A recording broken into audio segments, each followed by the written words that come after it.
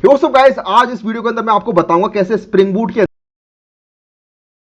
So that बाद में जब रिस्पॉन्स जा रहा हो तो इसी सर्वलेट रिस्पॉन्स के अंदर ही डेटा अपेंड कर सके और भेज सके टॉमकैट के थ्रू। ठीक है, तो ये दो ऑब्जेक्ट बन जाते हैं। उसके बाद it then delegates request to handler mapping. तो यहाँ पर हम मल्टीपल टाइप की मैपिंग बना सकते हैं, हैंडलर मैपिंग कहते हैं उनको। तो ये डिस्पैचेस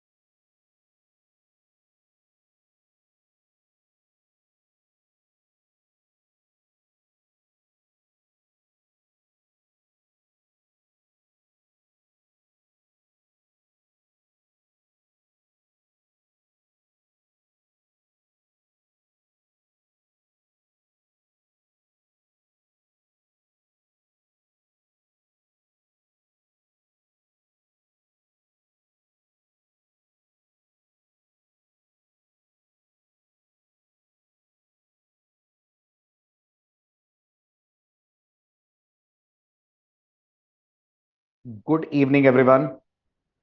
एम आई ऑडिबल? आवाज आ रही है मेरी? सुन पा रहे हैं आप मुझे? कंफर्म करिए please.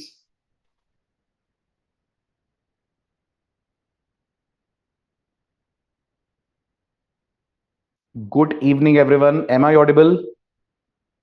Can you please confirm?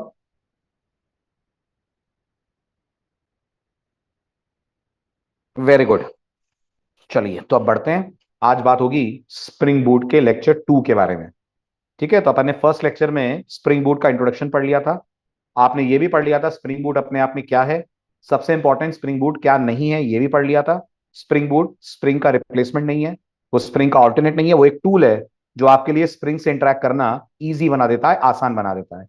अब आपने अगर लास्ट लेक्चर मिस ना कराओ तो आप मुझे बताइए, स्प्रिंग बूट एप्लीकेशन बनाने के लिए लास्ट टाइम आप कौन सी वेबसाइट पे गए थे? स्प्रिंग बूट एप्लीकेशन बनाने के लिए लास्ट टाइम मेवन की वेबसाइट पे गए थे? गलत बात। मेवन की वेबसाइट पे तो उससे पहले गए थे अपन ऋषिकेश। मेवन की वेबसाइट पे तो आप गए नहीं थे। वेरी गुड, आप गए थे स्प्रिंग इनिशियलाइजर पे।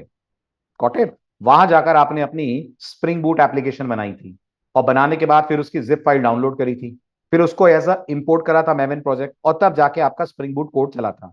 अगर आप थोड़ा टेक्निकली सोचें तो बार बार वेबसाइट पे जाकर प्रोजेक्ट बनाना, उसे डाउनलोड करना, आईडी के अंदर कॉन्फ़िगर करना, ये थोड़ा सा डिफिकल्ट टास्क है। तो आपका जो एसटीएस आईडी है वो आपके इस डिफिकल्ट टास्क को सिंप्लीफाई कर देता है। एसटीएस आईडी आपको एक टेम्पलेट या यूं कह लीजिए एक छोटा सा टूल देता है, जिसकी मदद से जो आप स्प्रिंग इनिशियलाइजर वेबसाइट पे जाकर कर रहे थे वो आप अपने आईडी के अंदर बैठकर कर सकते हैं।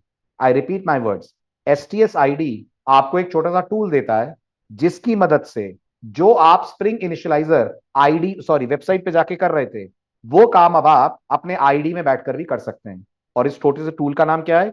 इस छोटे से टूल का नाम आपको स्लाइड में दिख रहा होगा, इसका नाम है स्प्रिंग स्टार्टर प्रोजेक्ट। क्या नाम है इसका? नाम है स्प्रिंग स्टार्टर प्रोजेक्ट। आपको याद होगा अपन एसटीएस में फाइल में न्यू में जाकर जावा प्रोजेक्ट बनाते थे, मेविन प्रोजेक्ट बनाते थे। अब अपन जावा और मेविन की जगह क्या बनाएंगे? अब अपन जावा और मेविन की जगह बनाएंगे स्प्रिंग स्टार्टर प्रोजेक्ट। ये एक बहुत बड़ा रीजन है कि इंटेलिजे आइडिया के कंपैरिजन में लोग एसटीएस प्रेफर क्यों करते हैं। इंटेलिजे आइडिया आपको ये स्टार्टर प्रोजेक्ट का सपोर्ट अपने फ्री वर्जन में नहीं देता है, पेड वर्जन में देता है, फ्री में नहीं देता है। लेकिन जो एसटीएस है वो आपको अपने इस फ्री वर्जन में ही इस स्टार्टर प्रोजेक्ट का सपोर्ट देता है। तो थ्योरी को कट ऑफ करते हैं, सीधे आपको मैं इसका प्रैक्टिकल दिखाता हूं। ठीक है, और अच्छी बात क्या है? अच्छी बात आपको सेकंड पैराग्राफ में मिलेगी। आप भले ही एसटीएस आईडी में बैठकर काम कर रहे हैं, लेकिन आपका आईडी खुद स्प्रिंग इनिशियलाइजर वेबसाइट से कम्युनिकेट करेगा। इसका मतलब जब जब आप स्प्रिंग स्टार्टर प्रोजेक्ट यूज करेंगे, इंटरनेट ऑन होना चाहिए।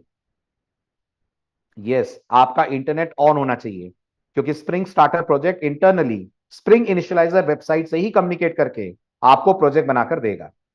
ठीक है, so let's get back to this spring. इसको मैंने करा क्लोज। अब हम बनाने जा रहे हैं हमारी स्प्रिंग बूट एप्लीकेशन नंबर 2। कैसे बनाना है? Everyone watch very very carefully. क्या क्या करना है इस पे भी ध्यान दीजिएगा। फर्स्ट एंड फॉरमोस्ट आपको जाना है फाइल में, फाइल में जाकर न्यू, और इस बार क्या चूज करना है बताइए? इतने सारे ऑप्शंस में से कौन सा ऑप्शन चूज करना है? वेरी गुड, आपको चूज करना है स्प्रिंग स्टार्टर प्रोजेक्ट। जैसे ही इस पे आप क्लिक करेंगे, आप देख पा रहे होंगे ऊपर वेबसाइट का नाम आ रहा है, देख रहा है? Can you see this? ये इंटरनली कम्युनिकेट कर रहा है स्प्रिंग इनिशियलाइजर वेबसाइट से। फिर ये आपको ऑप्शन दे रहा है आपको अपने प्रोजेक्ट का नाम क्या रखना है। मैंने अपने प्रोजेक्ट का नाम रखा spring boot followed by let's say example 2। Right, spring boot example 2, ये मैंने अपने एप्लीकेशन का नाम रखा। कौन सा आप बिल्ड टूल लेना चाहते हैं? तो मैं ग्रेडल नहीं लेना चाहता हूं, मैं बिल्ड टूल लेना चाहता हूं मेविन। तो मैं यहां से मेविन चूज करूंगा। जावा का कौन सा वर्जन यूज करना है आपको? एज यू कैन सी जावा के तीनों वर्जन यहां अवेलेबल है। 17 यूज करना है, 21 यूज करना है कि 25 करना है? मान लीजिए मैंने अपनी तरफ से बोल दिया मुझे 21 यूज करना है। ओके, इसके बाद वो आपसे पूछेगा आपको आपके पैकेज का नाम क्या देना है। जो भी आपको पैकेज का नाम देना है, पिछले लेक्चर की तरह इस बार भी मैं नाम दे रहा हूं in dot s c l i. Is this clear? मैं नाम दे रहा हूं यहां in dot s c l i. ठीक है, उसके बाद ये स्नैपशॉट है, इससे कोई फर्क नहीं पड़ता, आप जो भी स्नैपशॉट रखना चाहें ये रहने दें। और ये डिस्क्रिप्शन है, ये वाला पार्ट बस बदल दें, पैकेज का नाम भी आप यहां रख दें in dot s c l i. ठीक है, तो ये आपका पैकेज का नाम हो गया, ये आपकी एप्लीकेशन का नाम हो गया। इसके बाद अब आप नेक्स्ट पे क्लिक करें। अब आप बताइए, क्या डेटाबेस प्रोग्रामिंग कर रहे हैं आप? क्या वेब प्रोग्रामिंग कर रहे हैं आप इस समय क्या कर रहे हैं? हम इस समय सिर्फ बेसिक स्प्रिंग बूट एप्लीकेशन बना रहे हैं। तो आपको इनमें से कोई स्टार्टर डिपेंडेंसी अभी ऐड करने की जरूरत नहीं है। जैसे जैसे आप आगे बढ़ेंगे, इनमें से बहुत सारी स्टार्टर डिपेंडेंसीज अपन लोग ऐड करने वाले हैं। फॉर एग्जाम्पल, जब आप मॉड्यूल 2 पढ़ेंगे, हम स्प्रिंग सिक्योरिटी की स्टार्टर डिपेंडेंसी ऐड करेंगे, आपके यहाँ सिक्योरिटी दिख रही होगी। डेटाबेस प्रोग्रामिंग करेंगे, एसक्यूएल की डिपेंडेंसीज ऐड करेंगे। वेब एप्लीकेशंस डेवलप करेंगे, वेब की डिपेंडेंसी बिल्कुल नीचे दिख रही होगी, वो ऐड करेंगे। पर अभी हम ऐसा कुछ नहीं कर रहे हैं, तो हमको यहां से कोई डिपेंडेंसी ऐड नहीं करनी है। ऊपर स्प्रिंग बूट पूछ रहा है आप स्प्रिंग बूट का कौन सा वर्जन यूज करना चाहते हैं। अगर आपने हिस्ट्री वाला लेक्चर मिस ना करा हो, तो लेटेस्ट वर्जन 3.5.7 ही चल रहा है। यस, लेटेस्ट वर्जन 3.5.7 ही चल रहा है, जो 23 अक्टूबर को लॉन्च हुआ है। राइट, तो हम भी इसी वर्जन को यूज कर रहे हैं। इसके बाद अब आप नेक्स्ट पे क्लिक करें। नेक्स्ट पे क्लिक करने के बाद आप फिनिश कर दें। जैसे ही नेक्स्ट पे क्लिक करने के बाद आप फिनिश करेंगे, स्प्रिंग बूट आपको डिफॉल्ट डायरेक्टरी स्ट्रक्चर बना के दे देगा। बिल्कुल बॉटम राइट पे आपको दिख रहा होगा, ये आपके लिए फोल्डर स्ट्रक्चर प्रिपेयर कर रहा है। एक बार बॉटम राइट पे मैसेज आना बंद हो जाए, समझ जाइएगा आपकी एप्लीकेशन तैयार हो गई है। So this is my spring boot example application 2। अब इससे पहले कि मैं आपको आपका कोड लिख के दूं, आपको थोड़ा सा इंटरेक्शन कराता हूं आपके प्रोजेक्ट के फाइल स्ट्रक्चर से। ये आपके प्रोजेक्ट का फाइल स्ट्रक्चर होगा। राइट, अब इसमें से कौन से फोल्डर से क्या होगा, इसका एक बेसिक आइडिया मैं आपको दे रहा हूं। ये जो आपको पहला फोल्डर या पैकेज दिख रहा है, इसमें आप अपनी सारी डॉट जावा फाइल्स रखेंगे। इसका मतलब सारे बीन इसी के अंदर आएंगे। यस, सारे बीन्स इसी के अंदर आप बनाएंगे। सारी डेटाबेस प्रोग्रामिंग भी यही होगी। जी, सारी डेटाबेस प्रोग्रामिंग जो भी जावा रिलेटेड कोड है वो आपको यहां लिखना है। ऑफ कोर्स आप इसके अंदर अपने चाइल्ड पैकेजेस बनाकर ये काम करेंगे। फिर रिसोर्सेज में क्या करेंगे? अगर आपने लेक्चर मिस नहीं करा हो, तो मैंने कहा था स्प्रिंग बूट भरपूर यूज करता है एक बहुत स्पेशल फाइल का, जिसका नाम वो देता है एप्लीकेशन डॉट, नहीं नहीं नहीं, फॉर्म फाइल तो बाद में आएगी। Application dot properties file, can you see that? Application dot properties file. अगर आपको लग रहा है सर ये फाइल बन गई है, अगर मैं जाकर रिसोर्सेज में चेक करूं तो ये फाइल बन गई है, बिल्कुल बन गई है, मैंने नहीं बनाई है। आप देख पा रहे होगे स्प्रिंग बूट ने खुद ही बना दी है। और इस फाइल के अंदर हम क्या लिखेंगे? इस फाइल के अंदर आप आगे चलकर देखेंगे हम एक्सटर्नल चीजें ऐड करते हैं। जैसे मैंने पहले भी कहा था, अगर हम स्प्रिंग बूट में डेटाबेस से बात कर रहे हैं, तो कनेक्शन की डिटेल्स हम यहां पर ऐड कर सकते हैं। या फिर मान लीजिए हम एआई यूज कर रहे हैं, तो हम बता सकते हैं इसके थ्रू कि हम चैट जीपीटी के एआई मॉडल से बात करना चाहते हैं, या हम ग्रॉक के एआई मॉडल से बात करना चाहते हैं। जिससे भी बात करना चाहते हैं, उस मॉडल का नाम आप यहां पे लिखेंगे। कहने का मतलब, जो नॉन जावा रिलेटेड चीजें हैं वो अपन लोग इस डॉट प्रॉपर्टी फाइल में लिखा करते हैं। अभी इसके अंदर क्या है? अभी इसके अंदर आपको सिर्फ एक एंट्री मिलेगी जो आपकी एप्लीकेशन का नाम होगा, दैट्स इट। इतना क्लियर है? वेरी गुड, चले आगे। इसके अलावा आपको एक और फोल्डर नजर आ रहा होगा, जिसका नाम होगा, बहुत ध्यान से अगर आप देखें तो आपको मिलेगा यहां पर,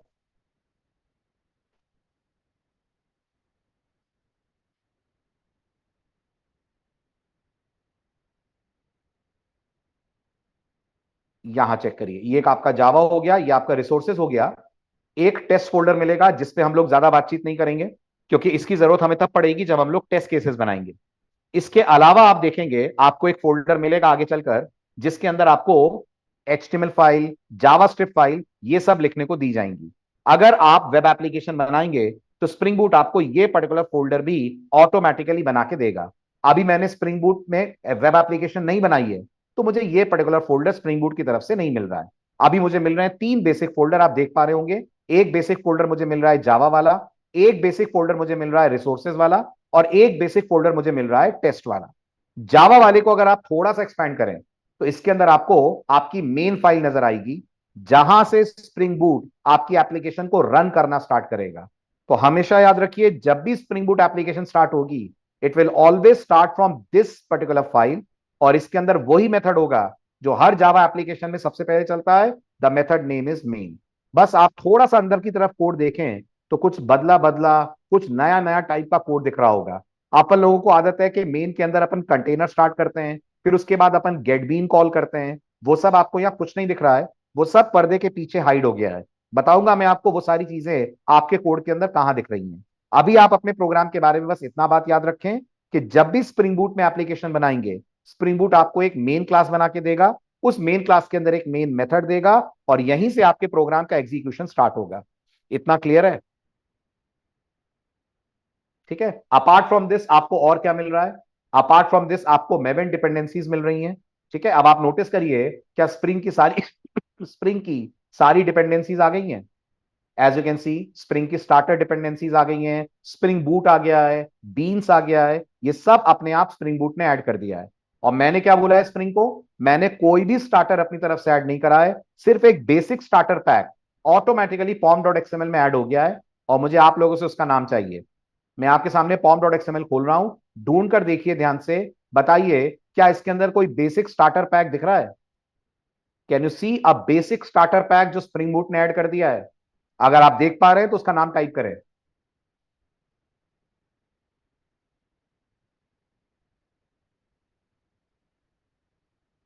इतना टाइम लग रहा है नाम ढूंढने में, सामने तो है नाम आपके।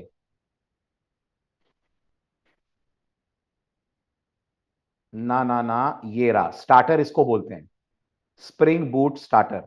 और इसको ऐड करके आप क्या बना पाएंगे? इसको ऐड करके बस आप कोर जावा लेवल की एप्लीकेशंस बना पाएंगे। इसका मतलब अगर मुझे डेटाबेस से कम्युनिकेट करना है तो फिर ये चेंज होगा। यस, अगर डेटाबेस से कम्युनिकेट करेंगे तो यहाँ डेटा जेपी आएगा। अगर आप वेब एप्लीकेशन बनाएंगे तो यहाँ स्टार्टर वेब आएगा।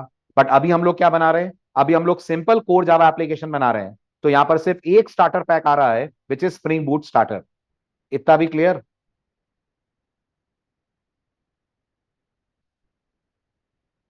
Group ID is nothing. Group ID आपको ये बताता है कि आपका ये जो स्टार्टर है, ये स्प्रिंग बूट के कौन से पैकेज का पार्ट है। आपको नहीं करना है उसमें कुछ, ये मेवन का पैकेज है। ओके, तो आपको कोई चेंजेस नहीं करने हैं इसमें, that will remain as it is. Okay, very good. अब बिना कोई कोड अपनी तरफ से लिखे हुए आपकी ये पहली स्प्रिंग बूट एप्लीकेशन तैयार हो गई है। जैसा मैंने कहा, इसी फाइल पे आएंगे आप, अपनी मेन फाइल पे राइट क्लिक करेंगे, रन एज करेंगे, और इस बार क्या चुनेंगे?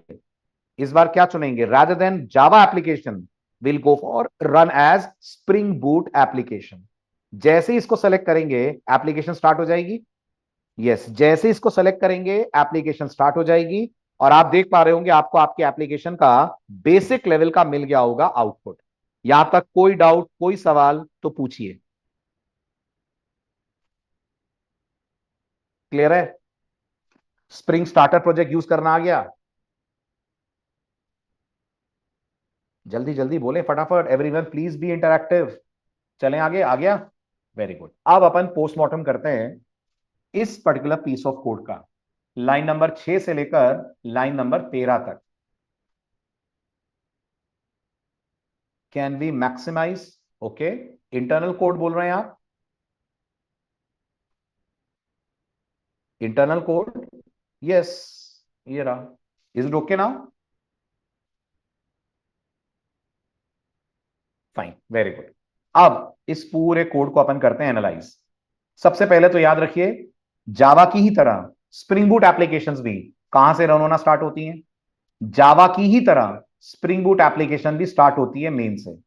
और जिस फाइल के अंदर या क्लास के अंदर आप मेन रखते हैं, फिलहाल उस क्लास का नाम है स्प्रिंग बूट एग्जाम्पल 2 एप्लीकेशन। इसको हम कई बार मेन क्लास बोलेंगे, हम इसको कई बार स्टार्ट क्लास बोलेंगे, राइट, हम इसको कई बार बूट क्लास बोलेंगे। इसके तीन अलग अलग नाम होते हैं। कुछ लोग इसको मेन क्लास बोलते हैं, कुछ लोग इसको स्टार्ट क्लास बोलते हैं, कुछ लोग इसको बूट क्लास बोलते हैं। ठीक है। अब सवाल यह है कि सर इसके अंदर जो आप कोड लिख रहे हैं या जो ऑटोमेटिक कोड जनरेट हो रहा है वो कर क्या रहा है? तो ये कोड क्या कर रहा है ये समझने से पहले अपन ये समझते हैं कि ये कौन है। ये कौन है मुझे नहीं लगता है आपके लिए मुश्किल है, पहचान तो आप भी रहे हैं। डेफिनेटली ये एक एनोटेशन है। और गौर करिएगा, ये एनोटेशन जिसका नाम है स्प्रिंग बूट एप्लीकेशन, ये आपके लिए 3 एनोटेशन के बराबर काम करता है। कितने एनोटेशन के बराबर? ये आपके लिए 3 एनोटेशन के बराबर काम करता है। यानी जिस काम के लिए आप स्प्रिंग कोर में मैनुअली 3 एनोटेशन लिखा करते थे, वो काम ऑटोमेटिकली स्प्रिंग बूट में ये एक अकेला एनोटेशन कर रहा है। अब मैं नहीं बताऊंगा, मैं सिर्फ आपको इस एनोटेशन का इंटरनल कोड दिखाऊंगा। आप ढूंढना, आपके जाने पहचाने कुछ एनोटेशन दिख रहे हैं? ठीक है, इसका इंटरनल कोड देखने के लिए अपने माउस का पॉइंटर इस पे लाइए, कंट्रोल की प्रेस करिए और क्लिक कर दीजिए। जैसे क्लिक करेंगे आपके सामने इसका इंटरनल कोड ओपन हो जाएगा। क्या कोई ऐसा एनोटेशन दिख रहा है जो आप बहुत यूज करते थे पिछले 1 महीने के अंदर? बिल्कुल सही, आपको यहां पर देखने को मिल रहा होगा कंपोनेंट स्कैन। क्या मतलब है यहां कंपोनेंट स्कैन लगे होने का? Can anyone tell me?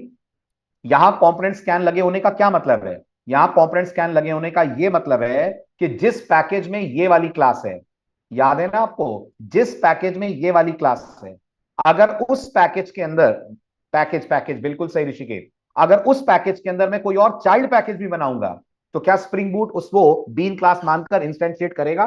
अगर उस पर मैं @कंपोनेंट लगा दूं, बिल्कुल करेगा, 100% करेगा, जिसका डेमो आपको अभी मैं थोड़ी देर में दूंगा। स्प्रिंग बूट उसको इंटरनली एक बीन क्लास मानकर उसको इंस्टेंशिएट करेगा। यही करता है ना कंपोनेंट स्कैन।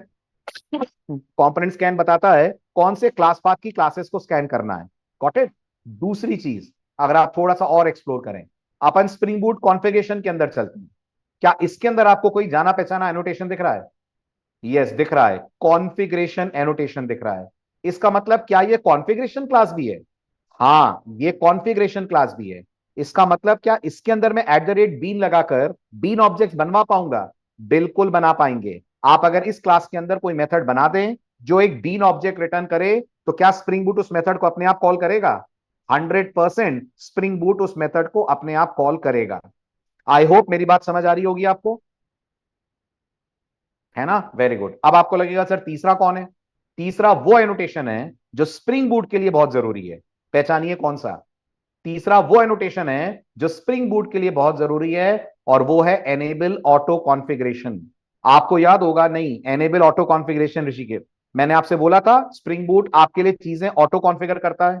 आप अगर डेटाबेस की डिपेंडेंसी ऐड करेंगे तो वो कनेक्शन अपने आप ओपन कर देगा। डिड आई से दिस? है ना? ये सारे काम करेगा वो इस एनोटेशन के कारण। तो एक बार फिर मुझे बताइए, it is very commonly asked interview question कि स्प्रिंग बूट एप्लीकेशन जो एनोटेशन है उसमें कितने एनोटेशन प्री डिफाइंड है? तो जवाब है तो बहुत सारे। हमारे मतलब के 3 एनोटेशन प्री डिफाइंड है। एक उसमें प्री डिफाइंड है कंपोनेंट स्कैन, एक उसमें प्री डिफाइंड है कॉन्फ़िगरेशन, और एक उसमें प्री डिफाइंड है enable auto configuration. Component scan से क्या होता है?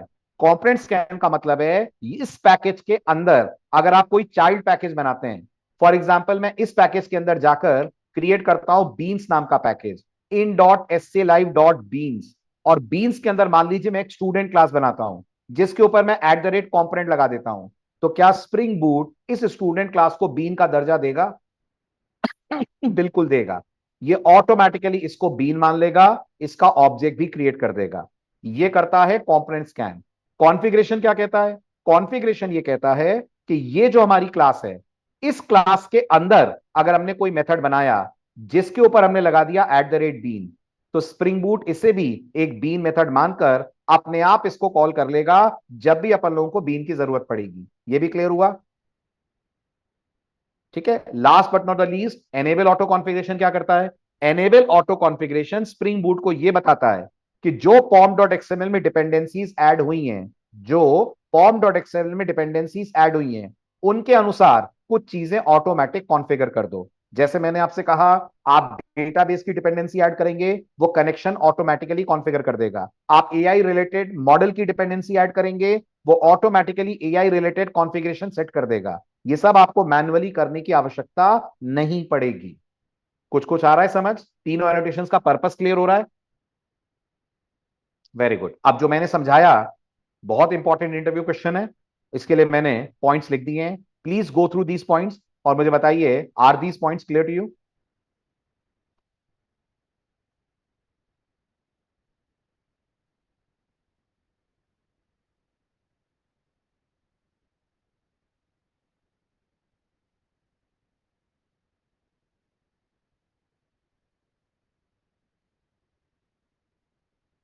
क्लियर है तो डन लिख दीजिए प्लीज।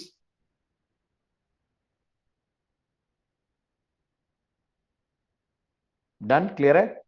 Very good. अब आता है एक बहुत जरूरी क्वेश्चन कि क्या आपका ये जो स्प्रिंग बूट एप्लीकेशन एनोटेशन है, ये ऑटोमेटिकली कंपोनेंट स्कैनिंग करता है? मतलब ये जो आपका बेस पैकेज है in.scli, अगर इसके अंदर हम कोई चाइल्ड पैकेज बनाकर कोई बीन क्लास बनाए, तो क्या ये उसका ऑब्जेक्ट बनाएगा? तो जवाब है बिल्कुल बनाएगा। अब अगला कोड जो मैं लिखने जा रहा हूं, वो इसी बात को साबित करने के लिए लिखने जा रहा हूं। So let me copy this. Right, अब मुझे वापस स्प्रिंग स्टार्टर में जाने की जरूरत नहीं है। अब अपन लोग सिंपली पहले वाले की तरह कॉपी पेस्ट कर दिया करेंगे। कॉपी एंड पेस्ट, ये हमारा स्प्रिंग बूट एग्जाम्पल 3 बन रहा है। Now watch very carefully. अब अपन क्या करने जा रहे हैं? अब अपन अपने इस मेन एप्लीकेशन में यानी एससीए लाइव में दो पैकेजेस बना रहे हैं। अच्छा, क्या रख रहे हैं अपन इन दोनों का नाम? तो एक पैकेज का नाम मैं अपनी तरफ से रख रहा हूं डाउ। ठीक है, आगे चलकर मैं एक्चुअल में इस पैकेज में डेटाबेस वाले काम करूंगा। अभी मैं कुछ भी नहीं कर रहा, अभी मैं सिर्फ दो पैकेजेस बना रहा हूं। एक का नाम मैंने रख दिया डाउ। आई होप डाउ का मतलब सबको पता है। DAO stands for data access object. और एक पैकेज में और बना रहा हूं, उसका नाम मैं रख रहा हूं सर्विस। ओके, अब ये सर्विस क्या है ये भी घबराइएगा मत। सर्विस आप बहुत डिटेल में पढ़ेंगे। ये एक बहुत इंपॉर्टेंट एनोटेशन होता है जो आप स्प्रिंग बूट के अंदर यूज करने वाले हैं। ठीक है, तो एसए लाइव पैकेज के अंदर, ओ सॉरी, डॉट मिस हो गया, let me refactor it. Okay, अब एसए लाइव पैकेज के अंदर आप देख पा रहे होंगे मैंने दो चाइल्ड पैकेजेस बनाए हैं। अब मैं इस डाउ पैकेज में गया और इस डाउ पैकेज के अंदर जाकर मैंने एक क्लास बनाई। क्लास का नाम मैंने रखा यूजर डाउ। ठीक है, कुछ भी नाम रख दीजिए, डजेंट मैटर। ओके, ये मत सोचिएगा सर ये डाउ ही रखना है, कुछ भी रख दीजिए।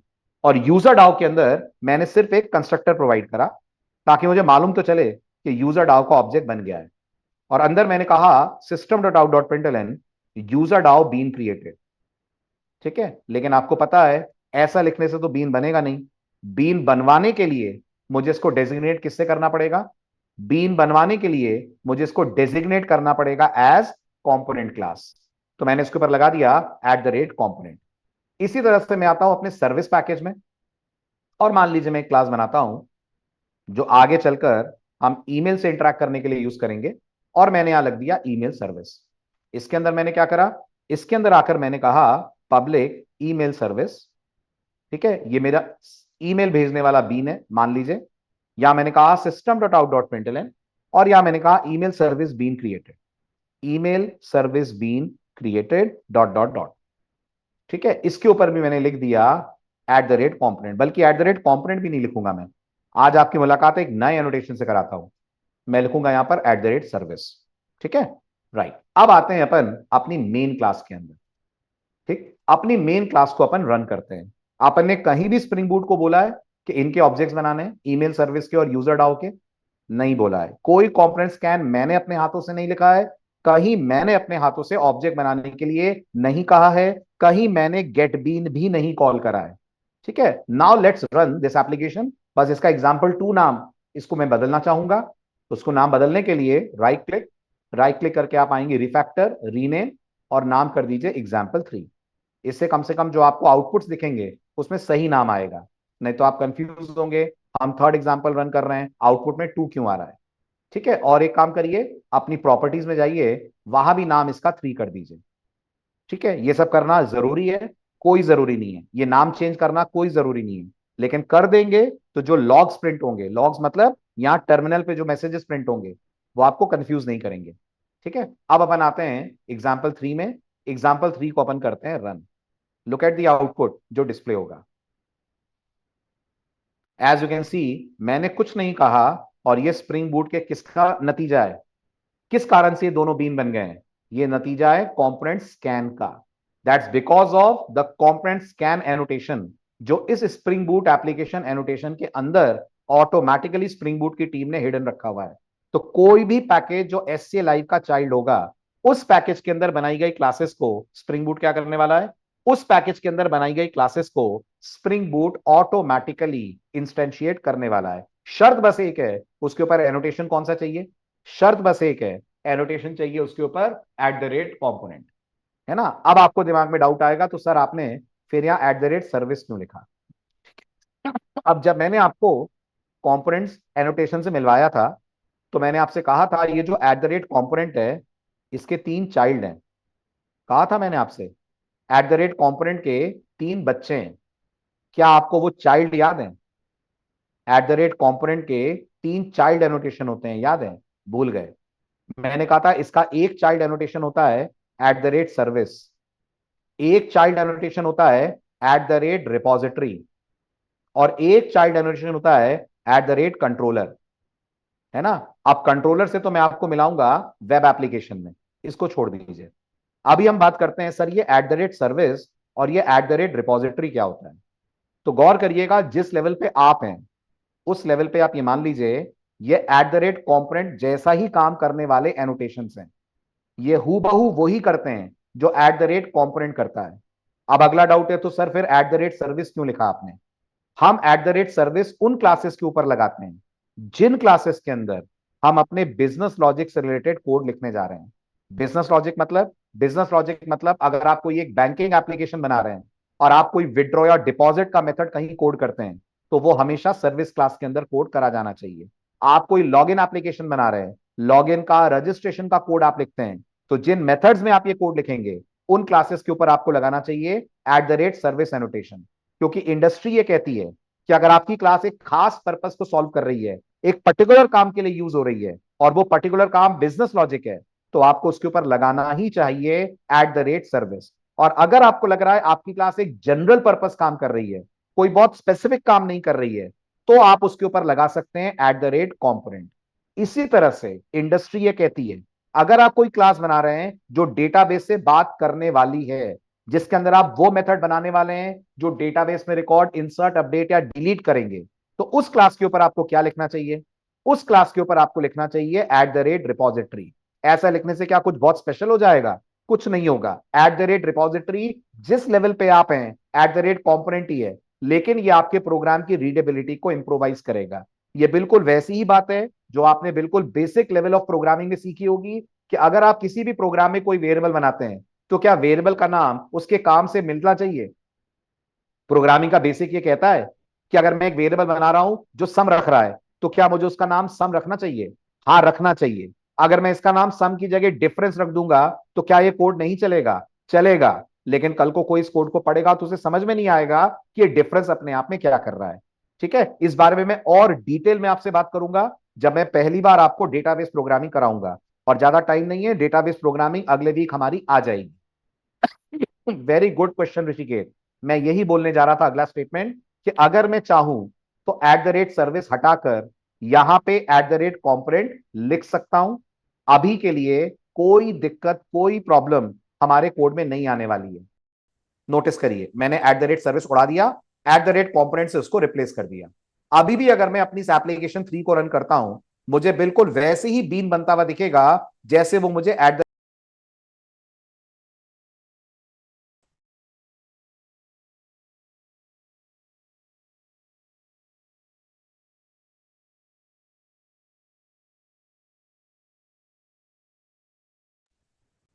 वेरी गुड शुभम, कोई डिफरेंस नहीं है सिवाय रीडेबिलिटी के। ठीक है, एक हाई लेवल डिफरेंस है, वो मैं आपको आगे बताऊंगा जब अपन पढ़ेंगे एक्सेप्शंस। एक हाई लेवल डिफरेंस है, वो मैं आपको आगे बताऊंगा जब हम पढ़ेंगे एक्सेप्शन।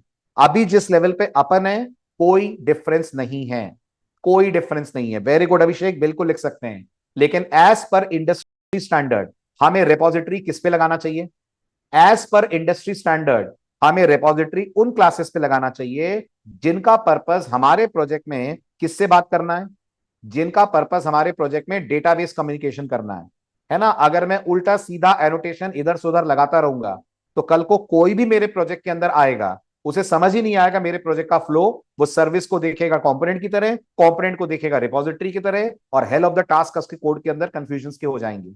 इसलिए it's always always good practice for all database related classes repository, for all business logic classes service, for all general purpose classes क्या लिख दोगे, for all general purpose classes क्या लिख दोगे, आप लिख दोगे कंपोनेंट। Got it. अच्छा, तो अभी अगर मैं यहां @रिपोजिटरी लिखूं, will it work? Yes, 100% this code will work. आपको कोई प्रॉब्लम नहीं दिखेगी, पहले की तरह अभी भी आपको दो बीन बनते हुए नजर आ जाएंगे। हुआ क्लियर? अब जल्दी से @सर्विस के बारे में पॉइंट्स पढ़ लीजिए और बताइए एक एक लाइन क्लियर है?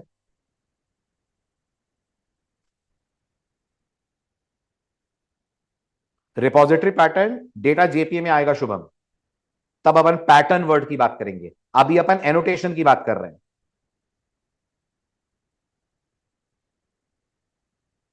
सही है। What is service class? ठीक है, अब आपकी क्लास अगर सर्विस क्लास है तो उसके लिए बेस्ट एनोटेशन क्या है?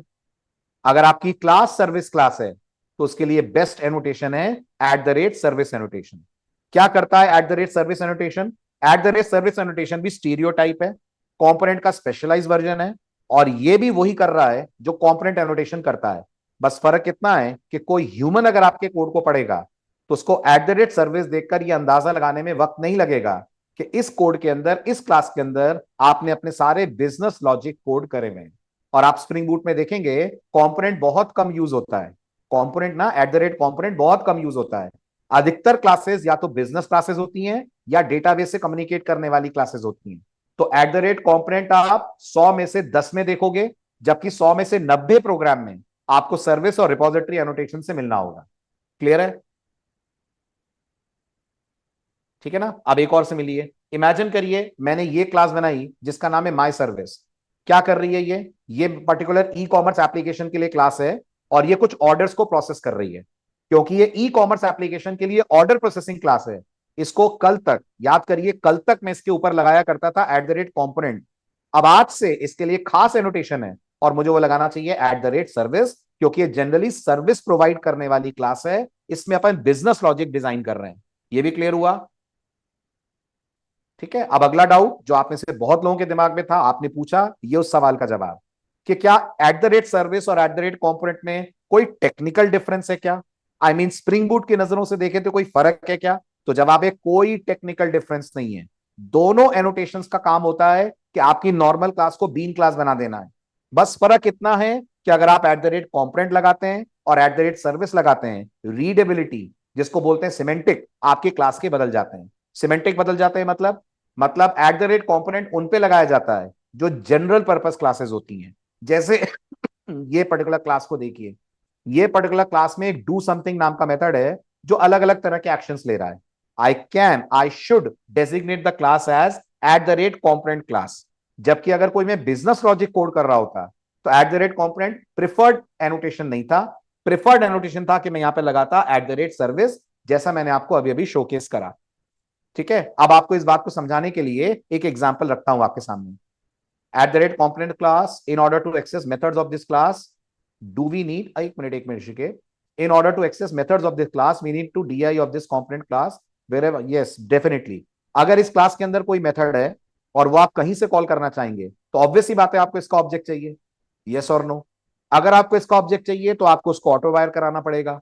ऑटो वायर कराने के लिए जहां भी आप इसका ऑब्जेक्ट बनाएंगे ऊपर ऑटो वायर लिख दीजिएगा। ठीक है, अपने आप इसका ऑब्जेक्ट इंजेक्ट हो जाएगा आपकी उस जगह पर।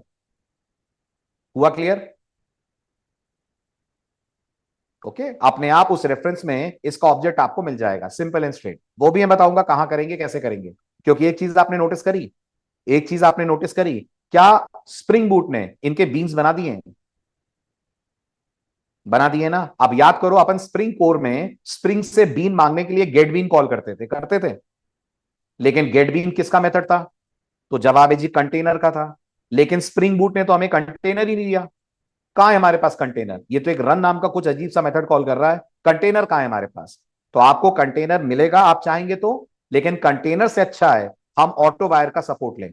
किसका सपोर्ट लें? ऑटो वायर का सपोर्ट लें। अगर आपको लगता है कि आपको कभी भी इस ईमेल सर्विस बीन की जरूरत है, आपको पता है आपको क्या करना है, आपको ईमेल सर्विस का रेफरेंस बनाना है और रेफरेंस के ऊपर क्या लिख देना है, रेफरेंस के ऊपर क्या लिख देना है, रेफरेंस के ऊपर लिख देना है @autowired। अपने आप आपको ईमेल सर्विस का बीन अवेलेबल हो जाएगा।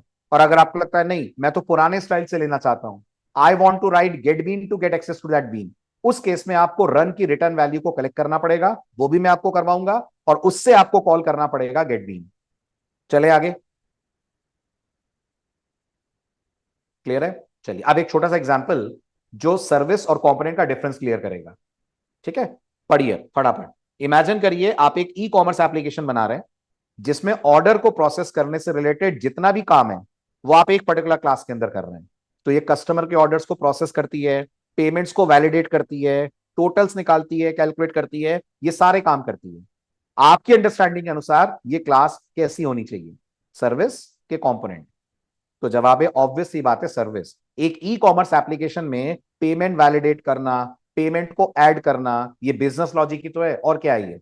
अगर ये बिजनेस लॉजिक है, it should be annotated with @service. कुछ कुछ ऐसी आपकी क्लास नजर आएगी। आ रहा है हल्का फुल्का समझ? आ रहा है, वेरी गुड।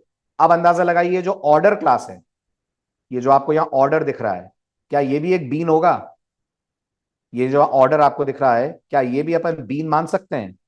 बिल्कुल अपन इसको बीन मान सकते हैं, है ना? जिस लेवल पे आप हैं ये ऑर्डर कैसा बीन होना चाहिए? जिस लेवल पे आप अभी हैं आप बोल सकते हैं सर ये कंपोनेंट होना चाहिए, क्योंकि ये तो जनरल दिख रहा है मुझे, इसके अंदर कोई बिजनेस लॉजिक थोड़ी है। लेकिन एक्चुअल में इसके लिए भी एक स्पेशल बीन है, एक स्पेशल एनोटेशन है। ये एक्चुअल में होना चाहिए एंटिटी। जब आप पढ़ेंगे आगे चलकर स्प्रिंग डेटा जेपीए, तब आप देखेंगे कि ऐसी क्लासेस जिनका डेटा डेटाबेस में जाता है उनके लिए हमको लगा देना चाहिए @entity। Got it? लेकिन अभी कंफ्यूज मत होइए, अभी @entity अपन ने नहीं पढ़ा है। अभी के लिए आप मान सकते हैं कि ये जो ऑर्डर है ये कंपोनेंट हो जाना चाहिए। क्लियर? बढ़ू आगे? No doubts?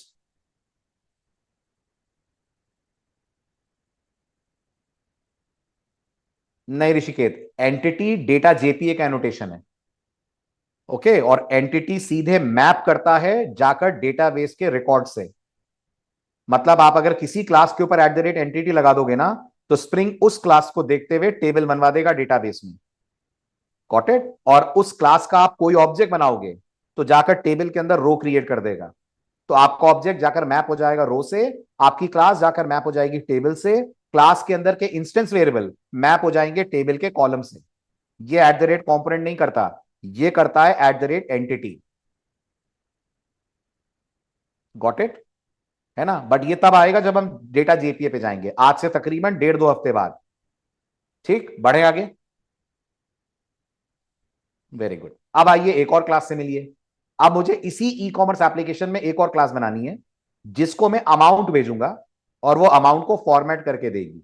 फॉर्मेट करके देगी मतलब आपको याद होगा जावा में डबल वैल्यूज पॉइंट के बाद बहुत सारा डेटा देती है ना, पॉइंट के बाद बहुत सारे डिजिट देती है ना, अप टिल 16 डिजिट, है ना? तो मैं नहीं चाहूंगा कि आउटपुट अप टिल 16 डिजिट आए, मैं चाहूंगा आउटपुट अप टिल 2 डिजिट्स आए। तो आप मुझे बताइए ये जो मैं करने जा रहा हूं ये बिजनेस लॉजिक है? अमाउंट को फॉर्मेट करना ये कोई बिजनेस लॉजिक नहीं है, ये तो आप सिर्फ आउटपुट को प्रेजेंटेबल बनाना चाह रहे हैं। तो इसके लिए आपको यूज करना चाहिए कंपोनेंट, और आपकी क्लास का कुछ ऐसा हल्का फुल्का कोड होगा जिसमें एक फॉर्मेट करेंसी नाम का मेथड होगा जो पैरामीटर में एक अमाउंट ले रहा होगा और स्ट्रिंग के फॉर्मेट मेथड की मदद से उसको फॉर्मेट करके रिटर्न कर रहा होगा। ये भी समझ आ रहा है ना? अब आप मुझे बताइए ये जो दो मेथड आपको दिख रहे हैं, ये जो दो मेथड आपको दिख रहे हैं, करेंसी को फॉर्मेट करना और ये चेक करना कि आने वाला स्ट्रिंग फर्स्ट लेटर कैपिटल है कि नहीं है, ये चेक करना। तो आप मुझे बताइए ये आपस में रिलेटेड ऑपरेशंस हैं? क्या ये ऑपरेशंस आपस में रिलेटेड है? तो जवाब है बिल्कुल नहीं, ये अनरिलेटेड ऑपरेशन है। इसलिए मैंने इसको बना रखा है कंपोनेंट। डेफिनेटली डेफिनेटली आप इसको स्टैटिक बना सकते हैं, कोई प्रॉब्लम नहीं है, बिल्कुल ऋषिकेत। लेकिन अगर आपने स्टैटिक बना दिया तो आपने जावा स्टाइल में कोड लिखा, आपने कंपोनेंट बना दिया तो आपने स्प्रिंग स्टाइल में कोड लिखा। क्लियर? बढ़ूं आगे?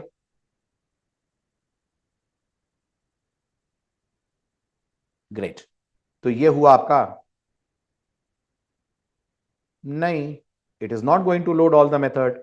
जावा तो लेजी लोडिंग करती है ना। मेथड तो तभी चलेगा ना जब आप कॉल करोगे, क्लास लोड होगी, मेथड लोड नहीं होंगे। बल्कि उल्टा होगा, जब आप स्टैटिक लगा दोगे तब सारे मेथड पहले ही लोड हो जाएंगे। याद है आपको, जब आप किसी भी मेथड को स्टैटिक करते हो, जब जावा कोड को रन करती है, तो जेवीएम क्लास को मेमोरी में जब लोड करता है, तो स्टैटिक मेथड्स को भी लोड कर देता है, स्टैटिक ब्लॉक को भी लोड कर देता है मेथड एरिया में, है ना? बिल्कुल। तो आप बना सकते हैं स्टैटिक, कोई प्रॉब्लम नहीं, बट आप बहुत रेयर देखेंगे।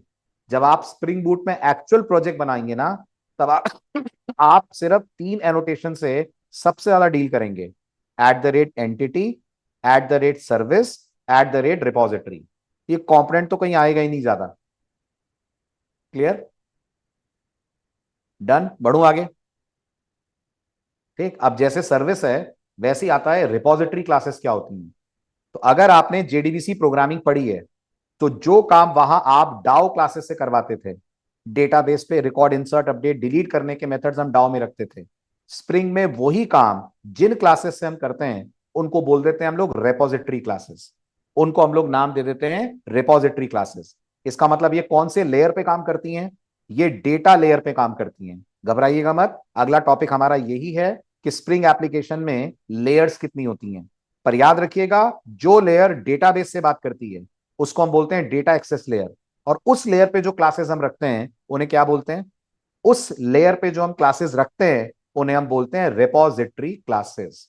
ठीक है? ये बिल्कुल इक्विवेलेंट है डाउ क्लासेस के। कुछ लोग तो इनको डाउ ही बोलते हैं, बट रेपो बोलना इसलिए बेहतर माना गया है क्योंकि डाउ नाम का कोई एनोटेशन नहीं है, लेकिन रिपोजिटरी के लिए हमारे पास एट द रेट रिपोजिटरी नाम का एनोटेशन है, जो क्लास के नाम के साथ मैच कर जाएगा। तो बेटर है, अगर कोई मेरा इस कोड को देखेगा ना, तो वो टोकेगा, वो बोलेगा यार तुम जावा में कोड थोड़ी लिख रहे हो, तुम तो स्प्रिंग में कोड लिख रहे हो। बेटर होता अगर तुम इसका नाम यूजर डाउ की जगह क्या रख देते? बेटर होता तुम इसका नाम यूजर रेपोजिटरी रख देते, क्योंकि तुम्हारे एनोटेशन का नाम भी तो रेपोजिटरी है ना? तो जिसको एक कोर जावा का स्टूडेंट जेडीबीसी टॉपिक पढ़ते वक्त डाओ के नाम से समझता है, उसी को एक वेब डेवलपर जो स्प्रिंग यूज कर रहा है रेपोजिटरी क्लासेस के नाम से समझता है। ठीक है? और अगर आपको लग रहा है सर ये रिपोजिटरी वर्ड आया कहां से, ये वहां से आया है जो खुद स्प्रिंग यूज करता है डेटाबेस कम्युनिकेशन के लिए।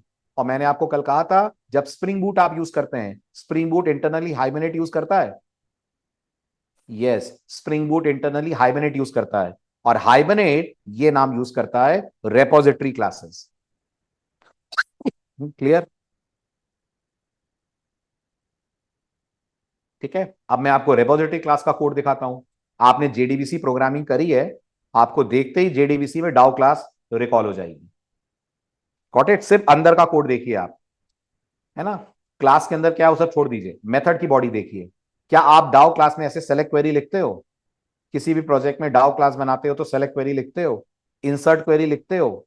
लिखते हो। बस वही यहां पर हो रहा है। वहां डाउ बोलते हो, यहां पर हम लोग इसको रिपोजिटरी बोलते हैं। That's it.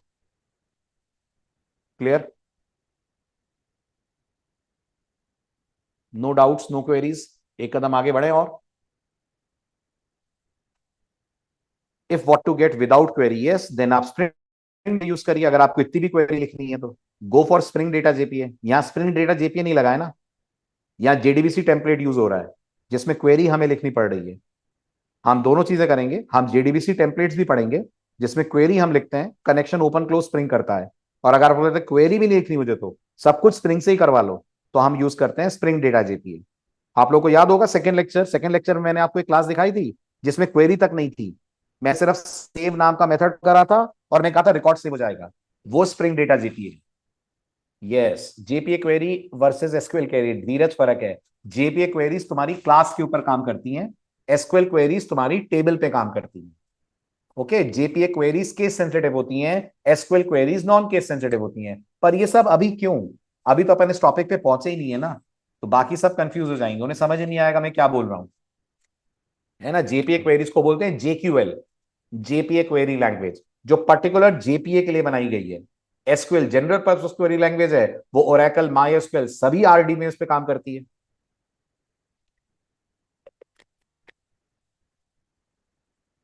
चला जाए आगे।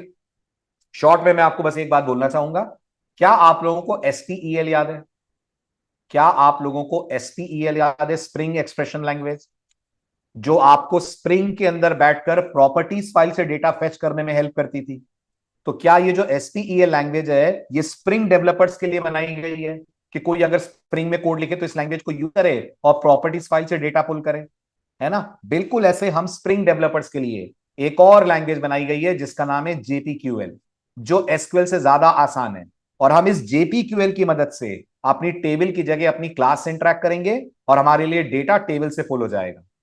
बस इतना मान लीजिए। तो एक जावा डेवलपर के लिए एसक्यूएल की जगह जेपीक्यूएल बनाई गई है, जो दिखने में बिल्कुल एसक्यूएल से मैच होती है, लेकिन उसका जो तरीका है वो बिल्कुल जावा स्टाइल का है।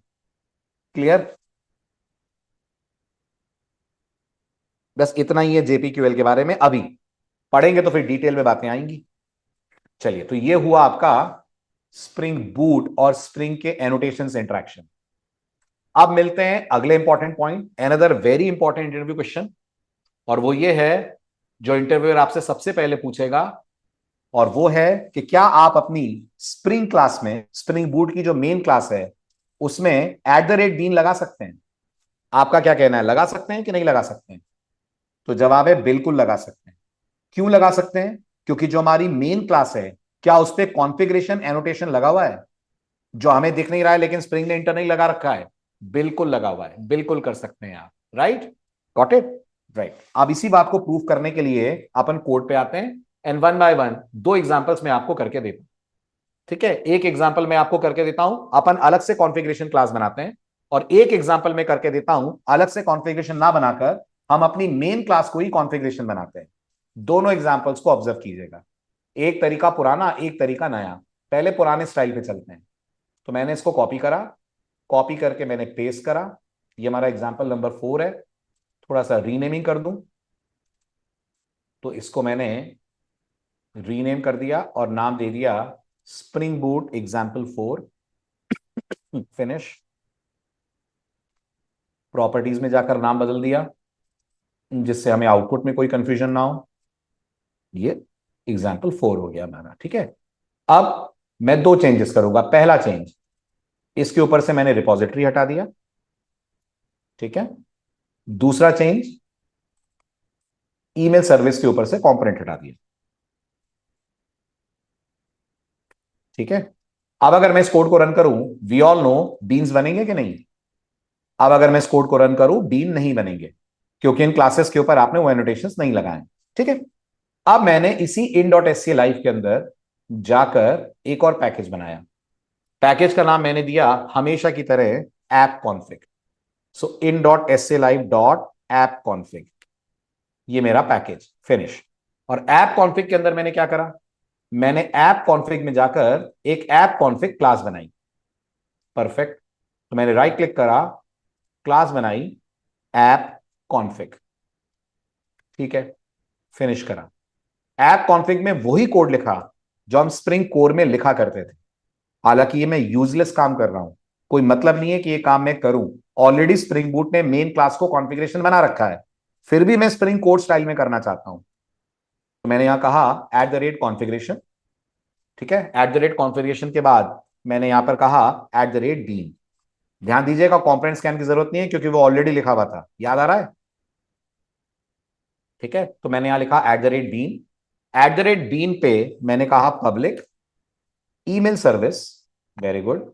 मेथड का नाम मैंने दिया ईमेल सर्विस। बहुत बढ़िया। और अंदर मैंने एक स्टेटमेंट लिखा, वही अपना पुराना वाला, रिटर्न न्यू ईमेल सर्विस। अब आप बताइए, मैंने इस बीन मेथड को डिफाइन करा कि मैंने इस बीन मेथड को कॉल करा? तो जवाब है डिफाइन करा। मैंने तो कॉल नहीं करा, मैंने तो सिर्फ इसकी अपनी तरफ से बॉडी लिखी है। एम आई राइट? ठीक है। और डाउ को अपन 2 मिनट के लिए हटा देते हैं, तो मुझे डाउ के लिए भी करना पड़ेगा। लेट्स रिमूव डाउ। ठीक है। तो मेरे पास कौन सा कंपोनेंट स्कैन धीरज, कौन सा कंपोनेंट स्कैन? वो मैं कॉन्फ़िगरेशन वाला यूज कर रहा हूं जो स्प्रिंग ने ऑलरेडी करा हुआ है, क्योंकि पैकेज सब पैकेज है ना। ये जो मैंने पैकेज बनाया है, क्या ये सब पैकेज है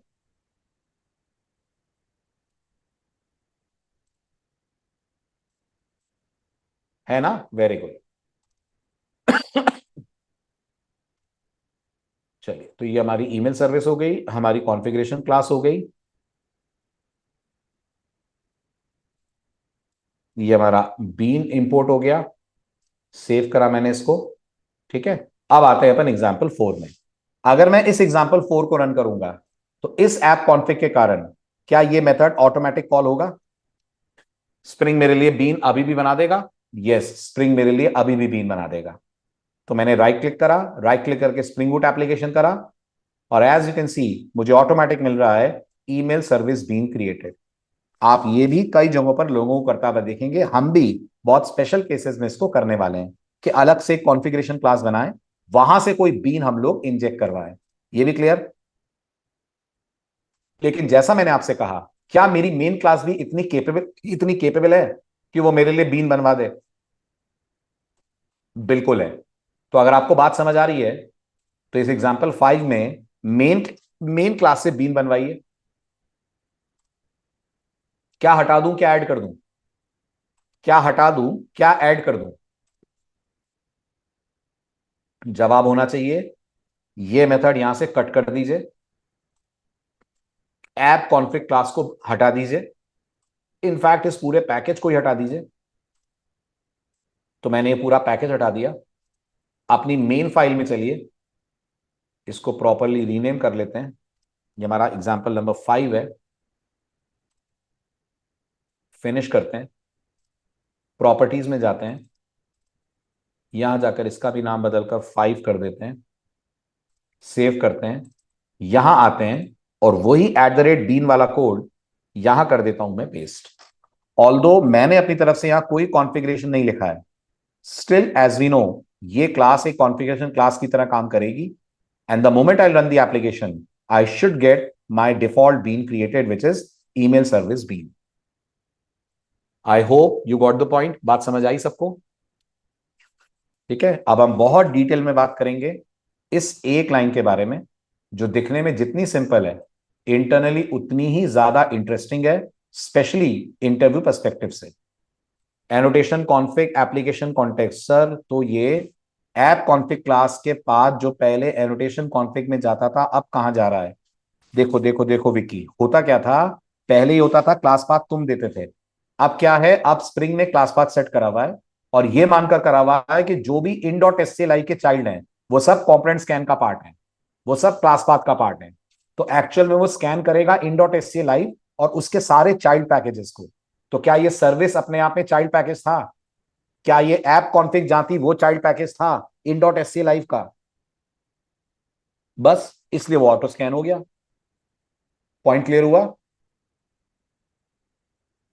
ठीक है, अब इसी से रिलेटेड विकी एक क्वेश्चन मैं तुमसे और पूछूंगा, पहले तुम आंसर करना, then rest of the students will answer. हमने अभी बीन बनाया था जिसमें, हाँ ये वाला, ठीक है, एग्जाम्पल 3 को मैं कॉपी कर रहा हूं, पेस्ट कर रहा हूं एज एग्जाम्पल 6। और मैंने चेंज क्या करा इस एग्जाम्पल 6 में, मैंने ये वाला जो पैकेज है ना, in dot s c live dot DAO, इस पैकेज का नाम मैंने चेंज करके in dot s c live की जगह कर दिया com dot s c live. Right, क्या कर दिया मैंने?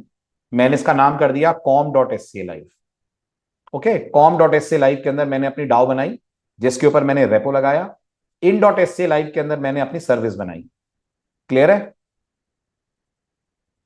Very good. Now please tell me, अगर मैं इस एप्लीकेशन को रन करता हूं तो स्प्रिंग बीन बनाएगा कि नहीं बनाएगा?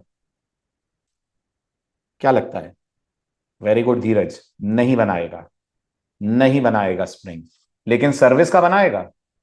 लेकिन सर्विस का बनाएगा, बिल्कुल बनाएगा सर्विस का।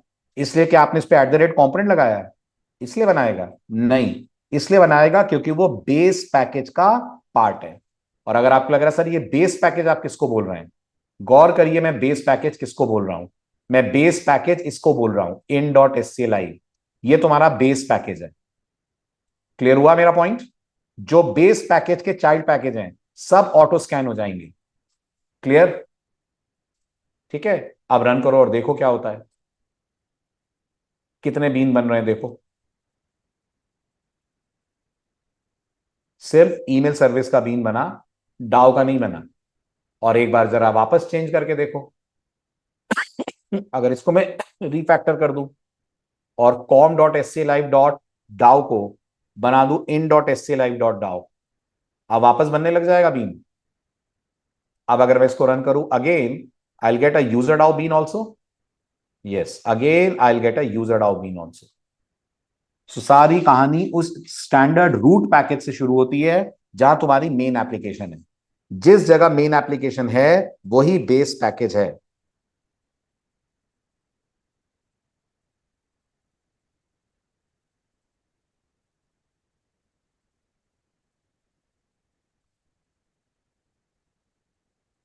क्लियर? ग्रेट। अब मैंने कहा अगला लेक्चर बहुत इंपॉर्टेंट है इंटरव्यू पर्सपेक्टिव से, और वो होगा ये एक लाइन क्या क्या करती है। तो ये एक लाइन ढेर सारे काम करती है। तो अगले लेक्चर में उन कामों को जरा हम एक्सप्लोर करेंगे और फिर हम बढ़ेंगे आगे और देखेंगे स्प्रिंग बूट में और नए इंपॉर्टेंट कॉन्सेप्ट्स क्या आए। ठीक है, मिलते हैं परसों। Bye bye, take care.